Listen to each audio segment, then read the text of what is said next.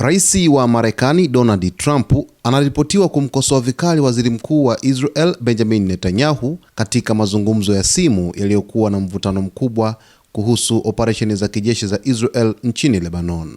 Kwa mujibu wa ripoti ya Axios, Trump alitumia maneno makali akimtaka Netanyahu kupunguza mashambulizi hayo, akionya kuwa hatua hizo zinaendelea kuiharibia Israel taswira yake kimataifa.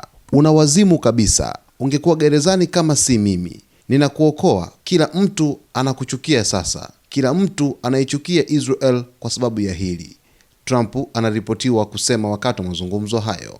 Ripoti hiyo inaeleza kuwa mazungumzo hayo yalifanyika wakati mvutano wa kikanda ukiendelea kuongezeka, huku Irani ikionya kuwa inaweza kujiondoa kwenye mazungumzo yake na Marekani iwapo mashambulizi ya Israel yataendelea Lebanon. Vyanzo vilivyozungumza na Axios vimedai kuwa Trump alimshinikiza Netanyahu kujizuia na kuonya kwamba shambulio kubwa dhidi ya Beirut lingeongeza kutengwa kwa Israel katika jukwaa la kimataifa. Pia inadaiwa kuwa uingiliaji huo wa Trump ulisaidia kusitisha mpango wa shambulio kubwa la Israel dhidi ya mji mkuu wa Lebanon, Beirut.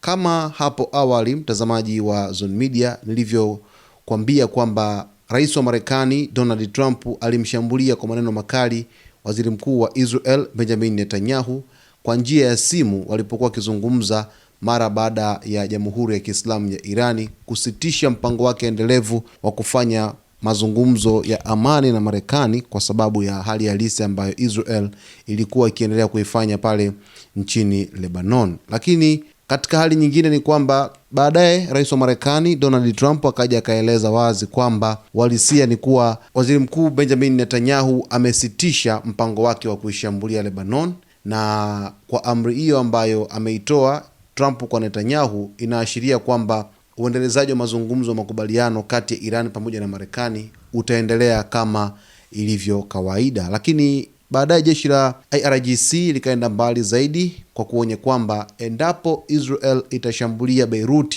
basi wakazi wote ambao wanaishi maeneo ya kaskazini mwa Israel karibu kabisa na vituo vya kijeshi wanapaswa kuhama mara moja ikiwa hawatamani kukutana na dhoruba ya droni pamoja na makombora kutoka nchini Iran, ikiwa ni kisasi ambacho wangekilipa endapo Israel ingeshambulia mji mkuu wa Lebanon, Beirut. Licha ya Trump kukiri kwamba Israel haitafanya tena shambulizi pale Beirut, lakini baadaye taarifa kutoka kwa Waziri Mkuu wa Israel Benjamin Netanyahu ilisema kwamba malengo pamoja na mipango yao iko pale pale dhidi ya operesheni zake nchini Lebanon. Lakini pia Netanyahu akasema kwamba mpango wake wa kuishambulia Beirut uko pale pale. Sasa macho na masikio ya vyombo vingi vya habari yanaelekezwa moja kwa moja pale Beirut, Lebanon, kuona kwamba Netanyahu atatekeleza kile ambacho amekisema, licha ya Trump kusema kwamba Israel haitafanya tena kama ambavyo hapo awali waliahidi, lakini pia ni kuepuka mashambulizi ya Jamhuri ya Kiislamu ya Iran kwenda kaskazini mwa Israel. Basi kwa taarifa zaidi usiache kusubscribe channel yetu, kulike, kucomment pamoja na kushare.